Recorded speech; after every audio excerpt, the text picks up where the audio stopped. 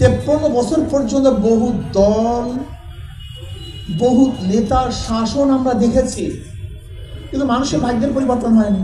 ওই আলু কি তরকারি जो पहली थी सो अब भी है। अजीब ব্যাপার, চাঁদার বিরুদ্ধে বক্তব্য দিলে বিএনপি দেখবেন ফুসে উঠছে। কেন ভাই? আপনি দেখেছেন যে বোর্ডের চেয়ারম্যান সাহেবকে কলিজা ছিঁড়ে নেওয়ার হুমকি দেওয়া হয়েছে। সমাজ বিনির্মাণের ধরে আমরা কল্যাণমুখী রাষ্ট্র প্রতিষ্ঠার কথা বলি। ইসলামী ছাত্র আন্দোলন বিশ্বাস করে নিজেকে গঠন করার বাহিরে যদি সমাজ গঠন করতে চাই এটা সম্ভবই না। মাঝি যদি নৌকা চালানো না শিক্ষা করে গভীর ঢেউয়ের মধ্যে যাত্রী নিয়ে রওনা করে, তাহলে যাত্রীও শেষ, মাঝিও শেষ। আজকে সমাজের অবস্থা এরকম কেন? আমাদের সমাজের অবস্থা তো খারাপের হওয়ার কারণটা কি একদিন কি চিন্তা করেছেন? 53 বছর পর্যন্ত বহু দল বহু নেতার শাসন আমরা দেখেছি, কিন্তু মানুষের ভাগ্যের পরিবর্তন হয়নি।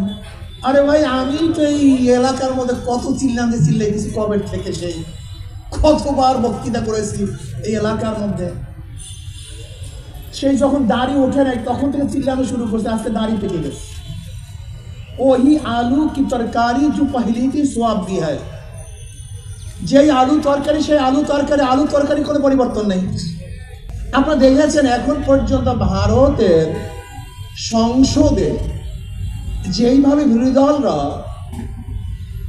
সরকারি দলকে অ্যাটাক করে, আমি মনে করি যদি এরকম অ্যাটাক আমাদের দেশে করা হইতো, মনে হয় বিরোধী দলের গলা কণ্ঠ চেপে ধরতো, এই বেটা তুই এটা কি করতেছ।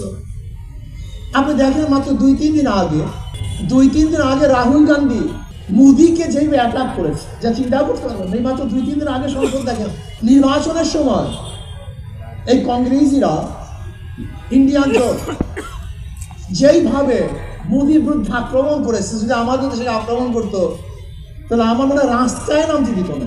আজকে তো আমরা বিএনপির বিরুদ্ধে মিথ্যে একটা কথা বলছি বলে আমি জানি না, শুধু বিএনপির লোকজন চাঁদাবাজি করে সেটা প্রকাশ করার কারণে সব জায়গায় চরমনের বদনাম করতেছে। আমরা বলেছি বিএনপির লোকজন চাঁদাবাজি করে, এটা ভিলাম, এটা ঠিক না। আমরা বলেছি যে দখলদারি করে, আমরা বলেছি বিএনপির লোকজন নিজেরা খুন করে, আমরা বলেছি ছাত্র দলের লোকগুলি ছাত্র দলের লোককে হত্যা করে, আমরা বলেছি ছাত্র দলের লোক যুব দলের লোককে হত্যা করে। আজীব ব্যাপার, চাঁদার বিরুদ্ধে বক্তব্য দিলে বিএনপি দেখবেন ফুসে উঠছে। কেন ভাই? আমি তো চাঁদার বিরুদ্ধে কথা বলছি, তোমার বিরুদ্ধে কথা বলিনি, তা তুমি ফুসছো কেন? তুমি রাগ করতেছো কেন? আমরা দেখেছিলাম জামালপুরে কমিটি গঠন করতে গিয়ে আর এক দলে হরতাল ডাকছে, আর এক দলে হরতাল ডেকেছে। আপনি দেখেছেন যে বোর্ডের চেয়ারম্যান সাহেবকে কলিজা ছিঁড়ে নেওয়ার হুমকি দেওয়া হয়েছে। আপনারা দেখেছেন ডাক্তার সাহেব একটু সিরিয়াল দিতে দেরি করার কারণে তাকে অ্যাসাল্ট করা হয়েছে। এখন এই কথাগুলো যদি কেউ বলে, তাহলে আপনি যদি বলেন বিএনপির বিরুদ্ধে কথা বললাম না, তো আমার কাজটা কি?